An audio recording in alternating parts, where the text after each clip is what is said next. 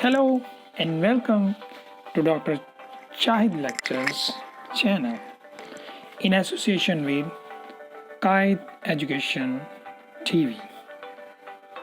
Anatomy and Physiology का हमारा topic number 28 है, जिसका उन्वान RBCs यानी रेड ब्लड सेल्स, इसकी खसूसियात और फंक्शंस है। लेक्चर की जानब जाने से पहले आप सबसे रिक्वेस्ट करूंगा, लाइक, सब्सक्राइब एंड शेयर करना मत भूलिएगा। आइए हम लेक्चर की जानब बढ़ते हैं। सबको अस्सलाम वालेकुम, सुबह बखैर।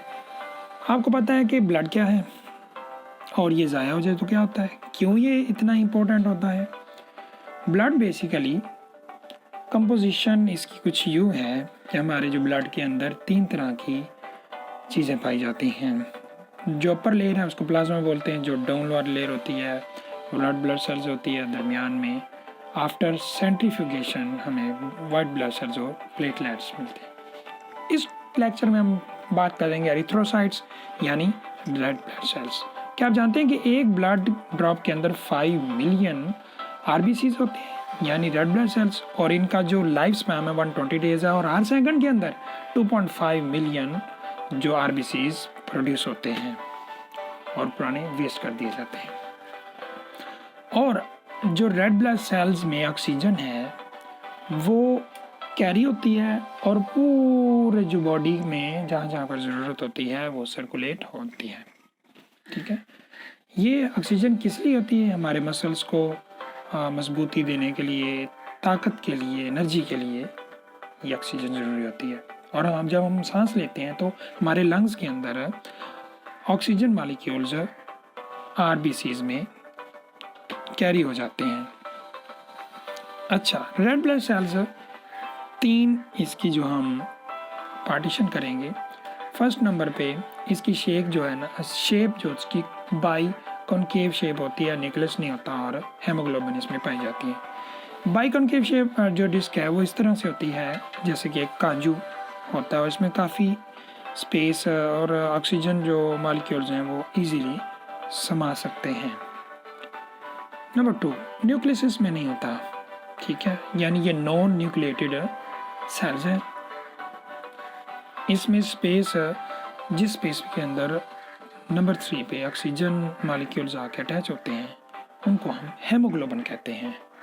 नंबर 3 पे हेमोग्लोबिन एक प्रोटीन है जो ऑक्सीजन को कैरी करती है, और rest of the body in lungs जो ऑक्सीजन रेड ब्लड सेल्स में आके कैरी कर लेते हैं हेमोग्लोबिन, उसको हम ऑक्सी हेमोग्लोबिन का नाम देते हैं, और फिर पूरे बॉडी के अंदर जहाँ पे ज़रूरत होती है ऑक्सीजन मॉलिक्यूल उसको इस्तेमाल कर लिया जाता है। एंड द फर्दर आर्टरीज में यही ब्लड वापस आता है कार्ब हेमोग्लोबिन के नाम से। जब मच्छर काटता है तो उसमें इसको प्लाज्मोडियम है वो हमारे RBCs को डैमेज करना शुरू कर देता है, डेड करना शुरू कर देता है। हमारे RBCs डेड होना शुरू हो जाते हैं जो इन्वेड टू द बॉडी है। ब्लड के अंदर 3 जो ये कंपोजिशन, इसके अंदर ये 3 तरह की चीज़ें पाई जाती हैं, हमने डिस्कस कर ली है। एक सवाल पैदा होता है कि हर 2 मिनट के अंदर कितने जो रेड ब्लड सेल्स प्रोड्यूस हो सकते हैं। एक्चुअली ये बहुत हैरानी वाली बात है कि 300 मिलियन जो रेड ब्लड सेल्स हैं वो हर 2 मिनट में पैदा होते हैं। Thank you for watching. अब चलते हैं हम अपने नोट्स की जानिब। जी स्टूडेंट्स, रेड ब्लड सेल्स की कंपोजिशन हमने पढ़ी है। नोट्स पे भी थोड़ा सा एक दफ़ा रीड आउट कर लें कि RBCs यानी erythrocytes are the non-nucleated oxygen carrying hemoglobin containing cells present in the blood। हमारे खून के अंदर ये ऑक्सीजन कैरी करने वाली हेमोग्लोबिन पे मुश्तमिल नॉन न्यूक्लिएटेड यानी न्यूक्लियस में ना मुश्तमिल होने वाले ये सेल्स होते हैं, जिनकी कंपोजिशन में 65% वाटर होता है एंड 35% सॉलिड या फिर सेमी सॉलिड होता है। जो 33% है आउट ऑफ 35 में वो हेमोग्लोबिन होता है, जिसका मुकम्मल जो मजमुआ बनता है 96% प्रोटीन पार्ट होता है जिसको ग्लोबिन कहते हैं, ग्लोबिन प्रोटीन होती है। जो नॉन प्रोटीन पार्ट है उसको हम हीम कहते हैं, ये 4% होती है। जबकि 2% जो ऑर्गेनिक और inorganic substance like proteins, amino acids हैं, फॉस्फोलिपिड्स हैं, cholesterol and urea. Properties of RBCs, ये connective tissue, blood is a connective tissue in fluid form. Life span इसका हमने पढ़ा है 120 डेज होता है। Haemoglobin in RBCs transport the respiratory gases like oxygen and carbon dioxide. It transports nutrition from digestive system and hormones from the endocrine glands to the all tissue. सारे tissue तक जो है एंडोक्राइन ग्लैंड से ये hormones को उसकी transport करता है और डाइजेस्टिव सिस्टम से जो न्यूट्रिएंट्स होते हैं वो भी ट्रांसपोर्ट करता है। It also transport waste product and unwanted substance to excretory system। हमारे जो निज़ाम खराज को ये जो RBCs हैं, जैसा कि यूरिया है, हमारी किडनी से फिर इसको सेक्रेट आउट कर दिया जाता है। These are non nucleated cells, nucleus में मुश्तमिल नहीं होते और न्यूक्लियस में मुश्तमिल ना होने की वजह से इनमें DNA भी एब्सेंट होता है। कैमल एक वाहिद एनिमल है जो कि न्यूक्लिएटेड RBCs रखता है।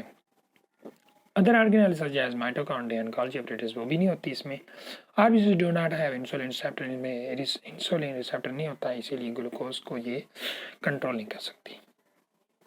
During circulation the RBCs remain suspended uniformly in the blood, blood के अंदर वो सस्पेंडेड यूनिफॉर्म होते रहते हैं। This property of RBCs is called suspension stability.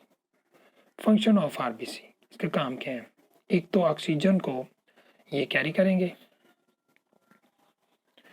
Oxygen की ट्रांसपोर्ट के लिए इसका फंक्शन बहुत अहम है। HB यानी haemoglobin in RBCs combines with oxygen के साथ कंबाइन होती है टू फॉर्म ऑक्सी हेमोग्लोबिन।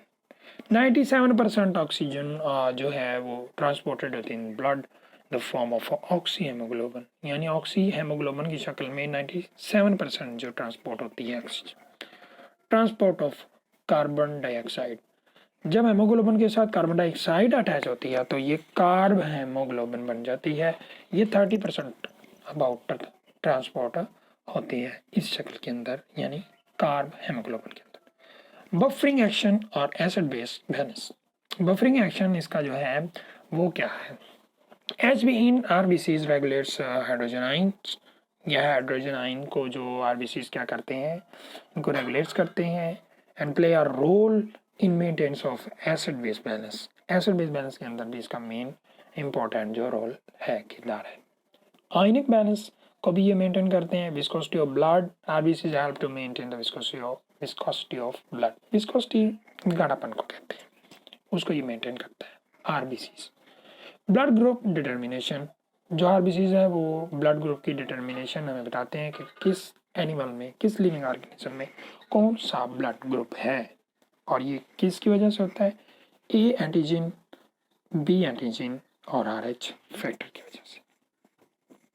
जी, हमारा ब्लड का ये हर टॉपिक मुकम्मल हुआ है, ठीक है।